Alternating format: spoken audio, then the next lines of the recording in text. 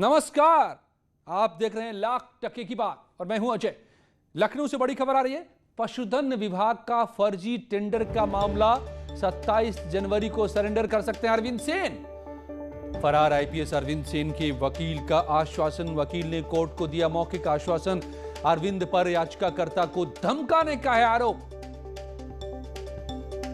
वकील ने कोर्ट से कहा है अरविंद आएंगे कोर्ट। अरविंद सेन घटना के वक्त सीबीसीआईडी के एसपी थे अरविंद सेन।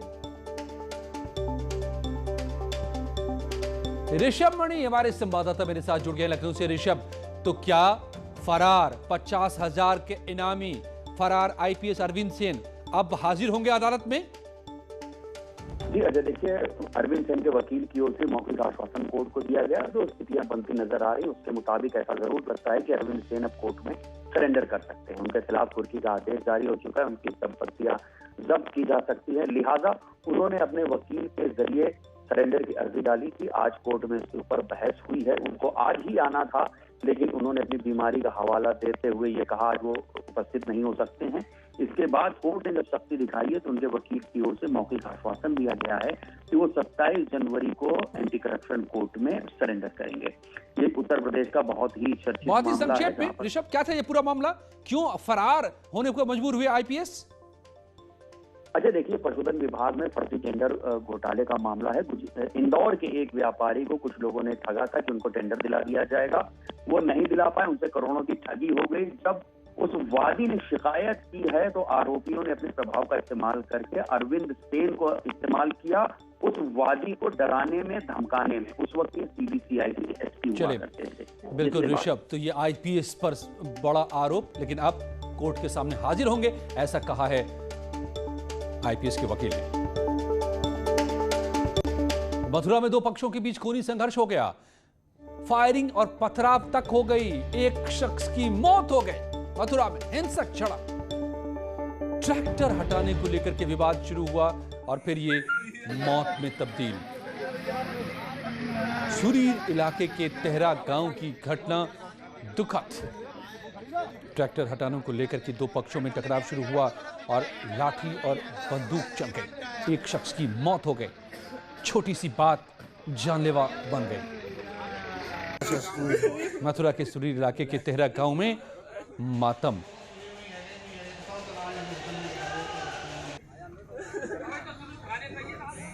कल देश गणतंत्र दिवस मना रहा होगा। देश में स्वतंत्रता सेनानियों को याद किया जाएगा। जब राजपथ पर सेनाओं की टुकड़ियां चलेंगी, देश उन तस्वीरों को देख रहा होगा। भव्यता, शौर्य की मिसालें दे रहा होगा। मगर दूसरी तरफ दिल्ली में ठीक इसके बाद यानी परेड के बाद ट्रैक्टर्स का मार्च होगा किसानों का। ये तस्वीरें अपने आप में खास होंगी, पहली बार होंगी आजाद भारत में। एक तरफ जवान तो दूसरी तरफ किसान होंगे दिल्ली की सड़कों पर।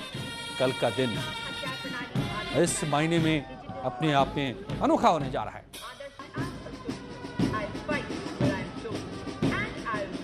तो पूरे देश से किसानों का जत्था दिल्ली में होने वाली ट्रैक्टर रैली में शामिल होने के लिए आ रहा है। मेरठ से भी किसानों का जत्था ट्रैक्टर के साथ दिल्ली पहुंच रहा है। ये सभी ट्रैक्टर किसानों के शक्ति प्रदर्शन का हिस्सा होंगे। ऐसे बहुत से जिलों से किसान दिल्ली पहुंच रहे हैं। जब कल दिल्ली की सड़क पर किसान ट्रैक्टर मार्च करेंगे तो इन तस्वीरों से जुड़ी एक बड़ी तस्वीर दिखाई देने वाली है। किसानों के प्रदर्शन को देखते हुए मथुरा जिला प्रशासन भी अलर्ट पर है। जगह जगह भारी पुलिस बल को तैनात किया गया है। यमुना एक्सप्रेसवे पर पीएसी को तैनात किया गया है। और कल की ट्रैक्टर रैली से पहले दिल्ली पुलिस ने रूट तय करते हुए कुछ रास्तों पर ट्रैफिक की आवाजाही को मोड़ने का ऐलान किया है। दिल्ली की ट्रैफिक पुलिस की जॉइंट सीपी मीनू चौधरी के मुताबिक गणतंत्र दिवस पर ट्रैक्टर रैली की वजह से कई रास्तों पर जाने से बचने की जरूरत है।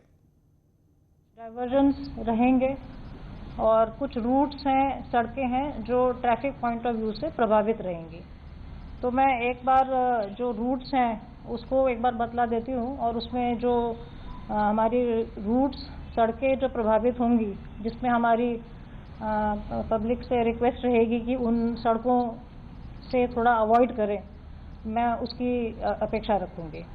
ये जो पहला हमारा जो रूट रहेगा वो सिंघू बॉर्डर से Sanjay Gandhi transport Nagar, DTU Shahbad dairy, Barwala village, Poot Khurd village, Hanjawala T point, Kanjhawala Chowk, Qutubgarh, Auchandi border, ये वाले रूट से होती हुई रैली जो है जाएगी। इसमें जो डाइवर्जन पॉइंट्स हैं मैं उसका थोड़ा जिक्र करूंगी। इसमें जो ट्रैफिक हमारा NH-44 GT रोड की तरफ जाता है वो डाइवर्ट होगा सिंघू शनि मंदिर से, अशोक फार्म, सुंदरपुर माजरा, कुशक कॉलोनी, मुकरबा चौक और GT डिपो। जो बवाना रोड की तरफ जाने वाला ट्रैफिक है वो डाइवर्ट होगा जेल रोड। और इस बातचीत से पहले दिल्ली पुलिस ने किसान नेताओं से भी मुलाकात की थी। किसान नेताओं ने दिल्ली पुलिस को भरोसा दिलाया है कि किसान शांतिपूर्ण तरीके से रैली निकालेंगे, इस पर किसी तरह का व्यवधान नहीं पैदा किया जाएगा, जो भी शर्तें होंगी उनका पूरी तरह से पालन होगा। इस बात का भरोसा राकेश टिकैत ने भी दिया है।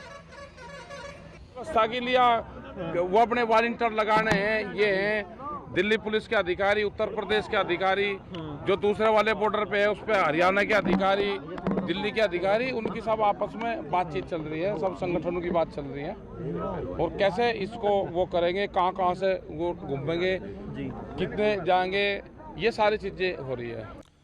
मगर बागपत में किसानों का हंगामा भी दिखा। पुलिस ने बैरिकेडिंग कर किसानों को रोकने का काम किया तो किसानों ने बैरिकेडिंग को तोड़कर लोनी के रास्ते दिल्ली की तरफ किसान निकल पड़े। इसकी तस्वीरें न्यूज़ 18 पर सबसे पहले आप देख रहे हैं। पुलिस ने किसानों का पेरिफेरल की तरफ रूट डाइवर्ट कर दिया, जिससे गुस्साए किसानों ने पुलिस की बैरिकेडिंग तोड़ दी। ये मामला खेकड़ा थाना इलाके के नेशनल हाईवे का है। और इन तस्वीरों के बीच ट्रैक्टर मार्च के लिए किसानों और दिल्ली पुलिस के बीच एक सहमति पत्र पर दस्तखत भी हुए हैं, जिसमें ट्रैक्टर मार्च के लिए शर्तों को जोड़ा गया है। क्या क्या शर्तें हैं जरा देखिए। ट्रैक्टर परेड पर 37 बिंदुओं पर सहमति बनी है। दिल्ली पुलिस के NOC में 37 ज्वाइंट्स हैं। एक पॉइंट की अवहेलना करने पर NOC रद्द कर दी जाएगी। 5000 ट्रैक्टर को परेड में शामिल होने की इजाजत मिली है। ट्रैक्टर पर आपत्तिजनक पोस्टर लगाने पर भी पाबंदी लगा दी गई है। ट्रैक्टर से स्टंट करने की छूट नहीं होगी। इमरजेंसी वाहन निकलने के लिए एक लेन खाली छोड़नी होगी। इसी तरह के कई और शर्तें हैं जिन्हें किसानों ने स्वीकार किया है। और इन सब तस्वीरों के बावजूद बीजेपी के प्रदेश अध्यक्ष को लगता है कि किसानों का आंदोलन हाईजैक हो गया है। किसान को बरगलाने के लिए कुछ लोग आ रहे हैं, क्योंकि हमारी सरकार यानी कि जो बीजेपी के अध्यक्ष कह रहे हैं किसानों के साथ खड़ी है, लेकिन विपक्ष प्रदर्शनकारियों के किसानों के साथ खड़े हैं। किसान आंदोलन में आप स्वयं किसान नीति पढ़ लो और किसानों के लिए जो केंद्र में माननीय मोदी सरकार किया है और आगे भी कर रहा है, मतलब तैयार भी है कि आप बात करो, आप बात भी नहीं करना चाहते इशू पर। ये आंदोलन जिन लोगों के हाथ में नहीं होना चाहिए उन लोगों के हाथ में आंदोलन जा चुका है। अब किसानों के ट्रैक्टर मार्च की तस्वीरें न सिर्फ दिल्ली देख चुकी है, बल्कि किसानों के आंदोलन को देश देख रहा है। शांति के साथ किसानों ने देश के सामने मिसाल पेश की है। सियासत भी इसमें योगदान देने की कोशिश हो रहा है, मगर किसानों ने सियासत से दूरी बनाने की पूरी कोशिश की है। अब समाजवादी पार्टी ने ऐलान किया है कि 26 जनवरी को समाजवादी पार्टी पूरे प्रदेश में ट्रैक्टर रैली निकालने का काम करेगी। इस बात की जानकारी अखिलेश यादव ने खुद दी है। उन्होंने कहा है कि समाजवादी कार्यकर्ता अपनी तहसील तक ट्रैक्टर मार्च कर किसानों का साथ देने का संदेश देंगे। और अखिलेश यादव ने आरोप लगाया है कि बीजेपी पहले कहती थी कि MSP देंगे, मगर किसानों को धान की कीमत नहीं मिल रही है। सीएम अपने जिले में ही MSP नहीं दे पा रहे हैं। ऐसे में समाजवादी पार्टी किसानों के साथ खड़ी है और किसानों की मांगों का समर्थन करती है। मतलब कृषि कानूनों की वापसी की मांग किसानों की जायज है। हमारा पूरा देश गणतंत्र दिवस मनाएगा कल। इससे अच्छा शुभ अवसर नहीं मिल सकता है भारतीय जनता पार्टी को कि किसानों की मांग मान लें और तीनों कानून वापस कर करके सदन शुरू होने जा रहा है, सत्र शुरू होने जा रहा है, नया कानून लाएं जिसमें कानूनी ढंग से MSP किसानों को दी जा सके। और फर्रुखाबाद में अखिलेश यादव ने प्रेस कॉन्फ्रेंस किया। फर्रुखाबाद में अखिलेश यादव का बड़ा बयान सामने आया। सरकार MSP को लागू करे। सरकार बीजेपी जनता को डराती थी और जनता के बीच भय रखती है कि पाकिस्तान से खतरा है। चीन की वार्ता का पता नहीं, किसान जायज मांग कर रहे हैं।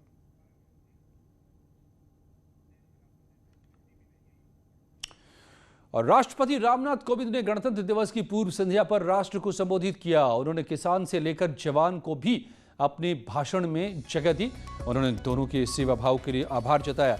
राष्ट्रपति रामनाथ कोविंद ने कहा कि नया कृषि कानून किसानों के हित में है। उन्होंने किसानों को भरोसा दिलाने की कोशिश भी की कि सरकार ने उनकी वो मांगे पूरी कर दी हैं जो लंबे समय से किसान मांग रहे थे। मेरे प्यारे देशवासियों, इतनी विशाल आबादी वाले हमारे देश को खाद्यान्न एवं डेयरी उत्पादों में आत्मनिर्भर बनाने वाले हमारे किसान भाई बहनों का सभी देशवासी हृदय से अभिनंदन करते हैं। विपरीत प्राकृतिक परिस्थितियों, अनेक चुनौतियों और कोविड की आपदा के बावजूद हमारे किसान भाई बहनों ने कृषि उत्पादन में कोई कमी नहीं आने दी। राष्ट्रपति ने गणतंत्र दिवस को सभी के लिए गर्व का दिन बताया। उन्होंने कहा कि सभी को आदर्श मूल्यों को अपनाना चाहिए। कोरोना से लड़ने के लिए वैज्ञानिकों को बधाई दी तो इस बात की तारीफ भी की कि वैज्ञानिकों ने कम वक्त में वैक्सीन बनाकर देश के लोगों को राहत देने का काम किया है। इस संकट काल में देश पूरी तरह से एकजुट दिखा। राष्ट्रपति ने कहा कि आने वाली पीढ़ी इस दौर के इतिहास पर गर्व करेगी। आपदा के बावजूद देश अपने मिशन पर तेजी से आगे बढ़ा और देश की युवा पीढ़ी की पढ़ाई भी इस दौरान ऑनलाइन जारी रही।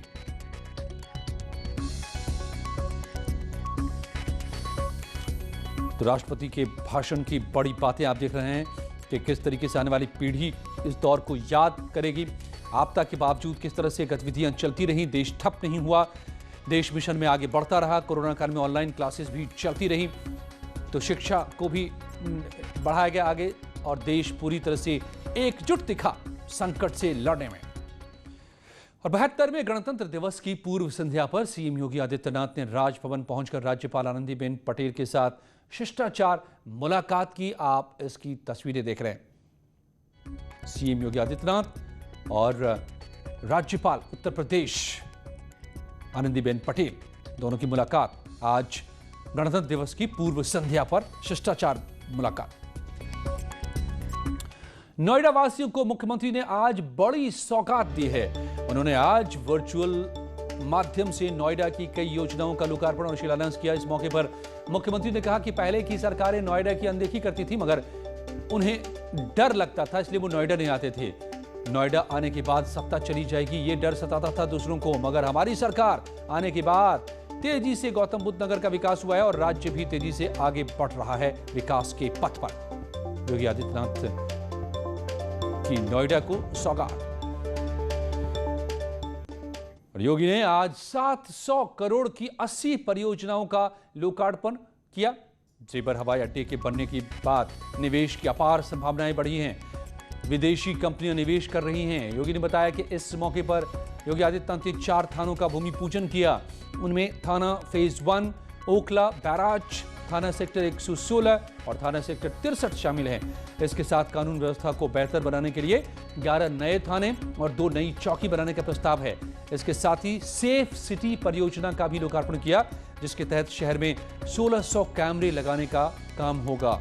यानी नोएडा में बड़े पैमाने पर सुरक्षा पर जोर। कुछ ही पलों में दिन की और भी बड़ी खबर। जो कैपेसिटी जो बनाई जाएगी वो 250 मेगावाट का डाटा सेंटर होएगा जिसके अंदर लगभग 20,000 करोड़ का निवेश आने की संभावना है। इसके अंदर राज्य के 10 होंगे और 3 जो है निजी जो अत्याधुनिक डाटा सेंटर्स तैयार किए जाएंगे। में जो लगभग है 4,000 व्यक्तियों को प्रत्यक्ष तथा 20,000 अप्रत्यक्ष रोजगार भी प्राप्त होगा। ये नीति जो है ये 5 वर्ष के लिए है और इसके अंदर अनेक प्रोत्साहन के जो दिए जाएंगे। जो इकाइयां जो लगाती हैं उनको ब्याज से लेते के जमीन के बारे में जमीन पे उनको रियायत दी जाएगी। फिर जो बिजली में कुछ छूट है, स्टैम्प ड्यूटी की छूट है, ये सब प्रोत्साहन भी दिया जाएगा। संतुलन बनाने के लिए कि जो विकसित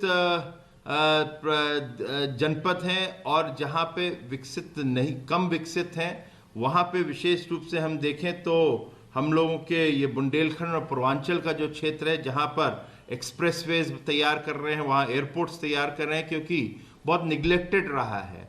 वहाँ पे विकास हो तो वहाँ पे जो प्रोत्साहन नीति है उसके अंदर कुछ छूटें और रियायतें दी जाएंगी। जो अगला बिंदु है ये भी बड़ा महत्वपूर्ण है।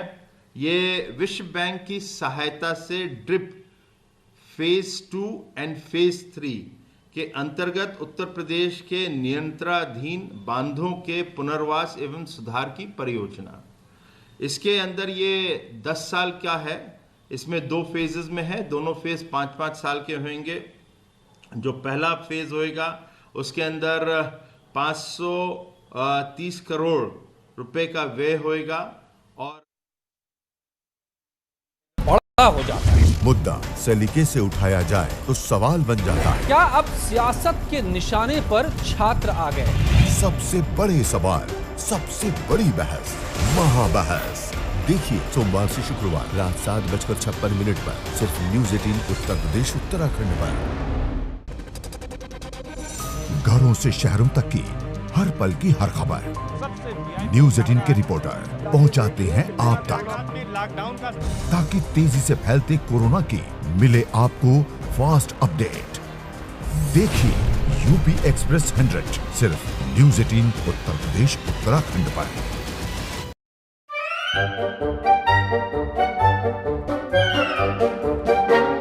अखबार हुआ ठप, आउटडोर हुआ बेकार, टीवी ही दे रहा है विज्ञापन को तेज रफ्तार।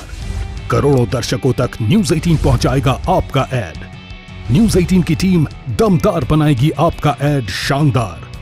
जल्दी कीजिए, कहीं छूट ना जाए ये सुनहरा मौका। हमें मेल करके उठा लीजिए बड़ा फायदा। ये स्पेशल ऑफर है अगले 15 दिनों तक। साथ ही मिलेगा हमारी वेबसाइट पर प्रमोशन। आज ही मेल करें adsales@nw18.com पर। न्यूज़ 18 इंडिया आपका पसंदीदा नेशनल न्यूज चैनल उपलब्ध है डिश टीवी के चैनल नंबर 663 और D2H के चैनल नंबर 306 पर। कोरोना की हर खबर देखते रहिए न्यूज़ 18 इंडिया पर। भैया राम राम, नमस्कार। ना जाना, कुछ बता रहे हैं, कुछ चेता रहे हैं। आपने लॉकडाउन के दौरान देखा कि हम क्या कर रहे हैं। कोरोना काल में लोग एक दूसरे को समझा रहे हैं। बड़े बड़े लोग वीडियो बना रहे हैं। आप गाना जानते हैं तो गाइए या फिर अपना हुनर दिखाइए। वीडियो बनाइए और हम तक पहुंचाइए और घर बैठे बनिए स्टार।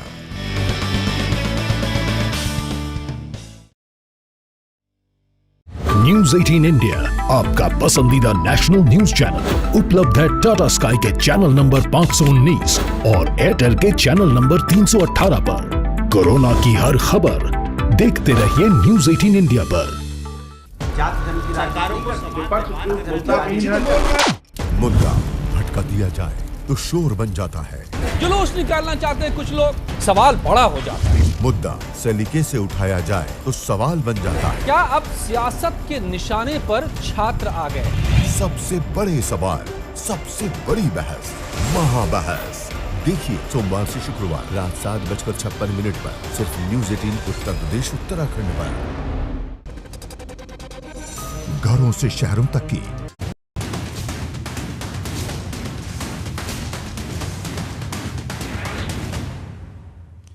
बड़ी खबर इस वक्त की, पद्म पुरस्कारों की घोषणा हो गई है। नृपेंद्र मिश्र को पद्म भूषण पुरस्कार, रामविलास को पद्म भूषण, रामविलास पासवान को पद्म भूषण, तरुण गोगोई को पद्म भूषण पुरस्कार दिया गया है। सुमित्रा महाजन को पद्म भूषण से सम्मानित किया जाएगा। 6 लोगों को पद्म भूषण सम्मान मिला है, घोषणा हुई है। पद्म पुरस्कारों में नाम नृपेंद्र मिश्र को पद्म भूषण, रामविलास पासवान को पद्म भूषण, मरणोपरांत तरुण गोगोई को पद्म भूषण, सुमित्रा महाजन को पद्म भूषण।